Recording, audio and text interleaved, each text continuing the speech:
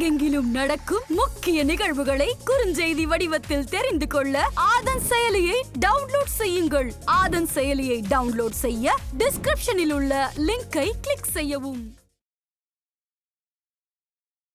சத்ரு சம்ஹார யாகம் முருகனுக்கே உரிதான யாகம் இது. இந்த யாகம் நீங்க சென்னையில வைக்கிறதுக்கான காரணம் என்ன?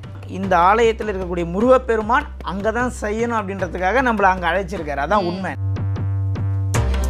சென்னை பெரும்பாக்கத்தில் இருக்கக்கூடிய வெற்றிவேல் முருகன் கோவிலில் வந்து நம்ம வருஷம் வருஷம் பண்ணிட்டு இருக்கோம். பயங்கரமான ஒரு அபரீத சக்தி உள்ள ஒரு முருகன் ஆலயம். வம்பு வழக்கு பிரச்சனை சண்டை சச்சரவுகள் நோய் எதுவாக இருந்தாலும் சிகப்பு கலர் துணியை போட்டு கட்டணும். பூஜை அறையில் வச்சிடணும். நான்வெஜ் கண்டிப்பாக அவாய்ட் பண்ணிடணும். திருவிழாவுக்கு முன்னாடியே நான்வெஜ் அவாய்ட் பண்ணணும். திருவிழாவுக்கு பின்னாடி ஒரு வாரம் கண்டிப்பாக நான்வெஜ் அவாய்ட் பண்ணணும். அதை வாங்கி அப்படியே எடுத்து போய் வீட்டில் வைக்கணும். செய்வன பிரச்சனை இருந்ததுன்னா அப்படியே அந்த இடத்துல இருக்கக்கூடிய மொத்த நெகட்டிவ் அந்த எலுமிச்சை பழம் இழுத்து அப்படியே அழுகி போயிடும். ஒவ்வொருத்தருக்கும் நான் நேரில் வந்து பத்திரிகை வைக்க முடியாத காரணத்தால் உங்கள் சார்பாக நான் தொகுப்பாளர் அவர்களுக்கு பத்திரிகை வச்சிடுறேன். வருகின்ற ஏப்ரல் மாதம் 28/4/2025 திங்கட்கிழமை. ஆதன் ஆன்மீகம் நேயர்களுக்கு வணக்கம். சத்ரு சம்ஹார யாகம் இது வந்து நடக்கிறது கலியுகம். கலியுகம்ன்றது சொல்றதை தாண்டி முருகருடைய யுகம்னே சொல்லலாம். அந்த அளவுக்கு முருக பக்தி நம்மளுடைய தமிழகத்தில் மட்டும் இல்லை, உலகம் எங்களையும் ரொம்ப அதிக அளவில் பரவி இருக்கு. அந்த வகையில் சத்ரு சம்ஹார யாகம் முருகனுக்கே உரிதான யாகம் இது. இந்த யாகம் சென்னையில் நமக்காக நடக்க போகுது. இந்த யாகம் பற்றி நிறைய விஷயங்கள் நம்ம கூட பகிர்ந்துக்கிறதுக்காக இன்னைக்கு நம்மளோட ஜோதிடர் சம்பத் சுப்பிரமணியம் அவர்கள் இணைஞ்சிருக்காங்க. வணக்கம் சார். வணக்கம் மேடம். நல்லா இருக்கீங்க? நல்லா இருக்கேன் சார். சொன்ன மாதிரி தான் முருகர் யுகம். கலியுகம்ன்றதை தாண்டி இது முருகர் யுகம். எங்கும் முருகர், எதிலும் முருகர். இந்த யாகம் நீங்கள் சென்னையில் வைக்கிறதுக்கான காரணம் என்ன? எப்பொழுதுமே நம்ம வாஸ்து பேசும்போது என்னுடைய வீடியோவை நிறைய பேர் பார்த்தவங்களுக்கு தெரியும். ஒரு வீடை நாம் தேர்வு செய்வதில்லை, வீடு தான் நம்மளை தேர்வு செய்வது. ஒரு இடத்த நம்ம தேர்வு செய்வதில்லை, இடம் தான் நம்மளை தேர்வு செய்வது. ஒரு நண்பர்களை நாம் தேர்வு செய்வதில்லை, நண்பர்கள் தான் நம்ம தேர்வு செய்கிறாங்க நம்ம சொல்லியிருப்போம். அதேமாதிரி தான் இந்த இடம், இந்த ஆலயத்தில் இருக்கக்கூடிய முருகப்பெருமான் அங்கே தான் செய்யணும் அப்படின்றதுக்காக நம்மளை அங்கே அழைச்சிருக்காரு. அதான் உண்மை. நம்ம சூஸ் பண்ணுற அளவுக்குலாம் ஒன்றும் கிடையாதுங்க. நான் இங்கே செய்வேன், இந்த வருஷம் இந்த முருகர் கோயிலில் செய்ய போகிறேன், அடுத்த வருஷம் இதோட பெரிய முருகர் கோயிலில் செய்ய போகிறேன், அப்புறம் மண்டபத்தில் செய்ய போகிறேன். இதெல்லாம் நாம் நினைத்தால் நடக்கக்கூடிய விஷயங்கள் அல்ல. அந்த இயற்கை முடிவு பண்ணும் இது எங்கே நடக்கணும், எப்போ நடக்கணும், யார் மூலயமா இதை நடத்திக்கணும். எல்லாமே அந்த இயற்கை முடிவு பண்ணுற ஒரு விஷயம். இது இயற்கையாகவே அந்த இடத்துல அமைந்தது. சென்னை பெரும்பாக்கத்தில் இருக்கக்கூடிய வெற்றிவேல் முருகன் கோவிலில் இதை நம்ம வருஷம் வருஷம் பண்ணிகிட்ருக்கோம். கடந்த வருடமும் இதே இடத்துல தான் நடந்தது. பயங்கரமான ஒரு அபரீத சக்தி உள்ள ஒரு முருகன் ஆலயம். இருக்கிறது சின்ன இடம் தான், ஆனால் அந்த இடத்துல பெரிய சக்ஸஸ் உண்டு எல்லாருக்கும். அதனால் அந்த இடத்துல வருஷம் வருஷம் முருகப்பெருமான் இந்த இடத்துல யாகம் நடப்பதால் நிறைய பேருக்கு நன்மைகள் பெறக்கூடும் என்பது முருகனுக்கு தெரியும். அதனால் அங்கே நடத்துகிறார், அவர் நடத்துகிறார். அதான் உண்மை.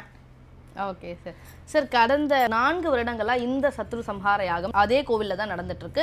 ஆனால் நிறைய பேருக்கு நிறைய சந்தேகம் இருக்குது சார். ஏன்னா நம்ம தொடர்ந்து நிறைய விஷயங்கள் நீங்கள் சொல்லும்போது சொல்லுவீங்க, மிளகாய்த்தூளை நீங்கள் கையால் செஞ்சு கொண்டு வாங்க அப்படின்னு சொல்லிட்டு நிறைய பேருக்கு அந்த மிளகாய்த்தூள் செய்கிறதுலேயே நிறைய சந்தேகங்கள் இருக்குது. அந்த சந்தேகங்களுக்கு விடை கொடுத்துருங்க சார். நிச்சயமாக. மிளகாய்த்தூள் அப்படின்றது முதல்ல கடையில் வாங்கிட்டு வரக்கூடாது, பேக்கிங் வாங்கிட்டு வரக்கூடாது. நீங்கள் தான் அரைத்து எடுத்துகிட்டு வரணும்.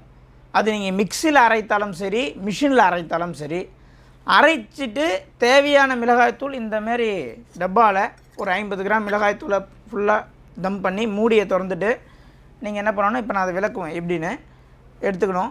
முக்கியமான விஷயம் என்ன அப்படின்னு கேட்டிங்கன்னா, இந்த மிளகாய்த்தூளை அரைச்சிட்டு வீட்டு சமையலுக்கு பர்பஸுக்கு யூஸ் பண்ணிவிட்டு அதுலேருந்து எடுத்து வைக்கக்கூடாது. இதை எடுத்து தனியாக வச்சிடணும். 50 கிராம் மிளகாய்த்தூளை எடுத்து தனியாக வச்சிடணும். மீதி இப்போ 1 கிலோ மிளகாய்த்தூள் அரைப்பாங்க, அதில் 50 கிராம் எடுத்து வச்சுப்பாங்க. மீதி இருக்கிற நிறைய மிளகாய்த்தூளை என்ன பண்ணுறது அப்படின்னா, திருவிழா முடிந்த பிறகு நீங்கள் வீட்டுக்கு யூஸ் பண்ணிக்கலாம். அந்த திருவிழா அந்த காரியம் முடிய வேண்டும். இல்லைனா மிக்சியில் கூட அரைச்சிக்கலாம், அதில் எந்த மாற்றமும் கிடையாது.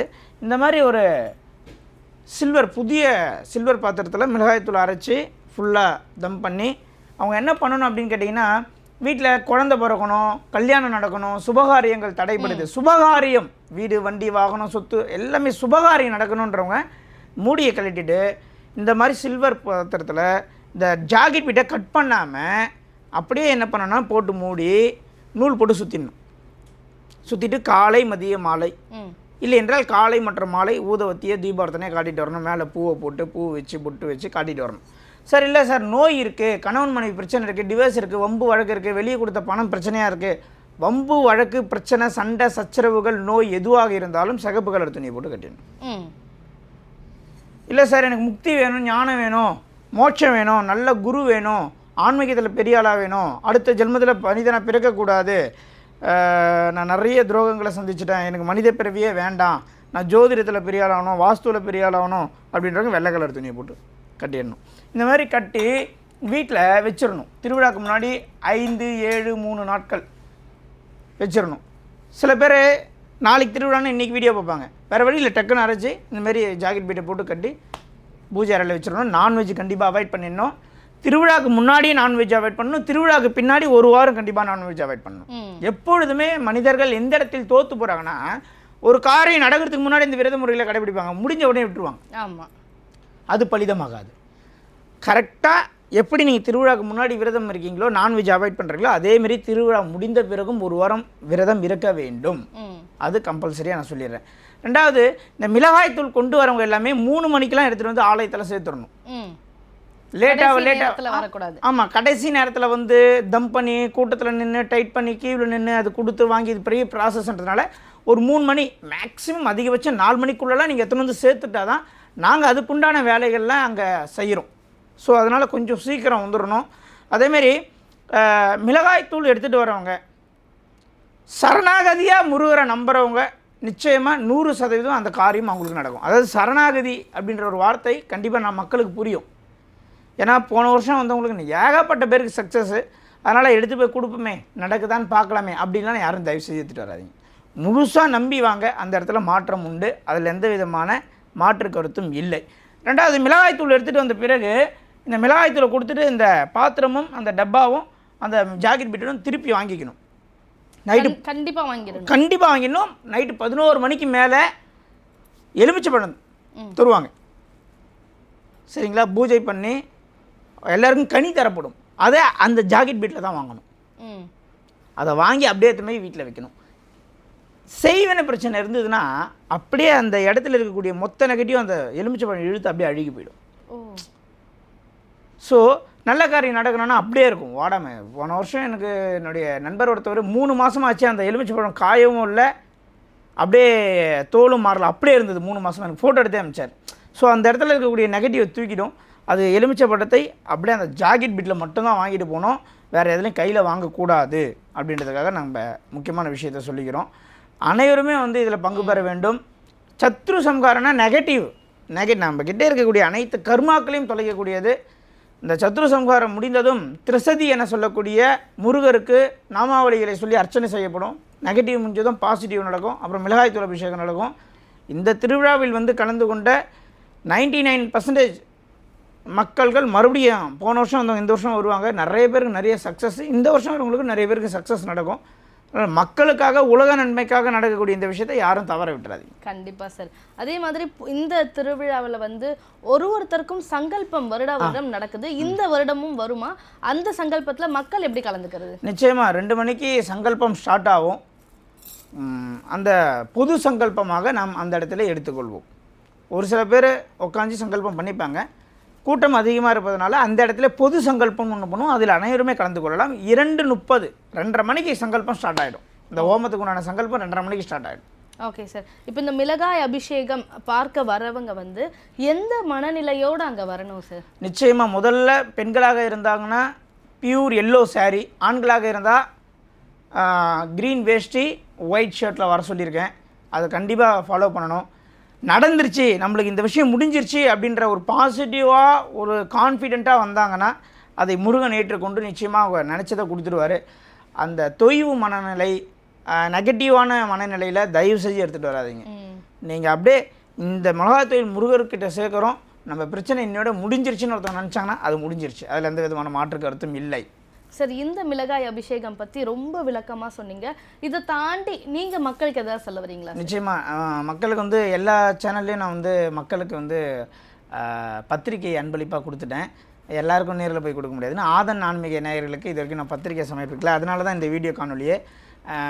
ஆதன் ஆன்மீக நேயர்கள் அனைவருக்கும், இந்த சேனலில் என்னை ஃபாலோ பண்ணுற அனைவருக்குமே, ஒவ்வொருத்தருக்கும் நான் நேரில் வந்து பத்திரிகை வைக்க முடியாத காரணத்தால் உங்களுக்காக உங்கள் சார்பாக நான் தொகுப்பாளர் அவர்களுக்கு பத்திரிகை வச்சிடுறேன். அனைவரும் வந்துடணும் மேடம். கண்டிப்பா சார். இது வந்து ஆதன் ஆன்மீக நேயர்கள் சார்பாக உங்களுக்கு நான் இந்த பத்திரிகை வழங்கியிருக்கேன். கண்டிப்பா சார். நேயர்கள் எல்லாருமே இதுல கண்டிப்பா கலந்து கொள்வாங்க.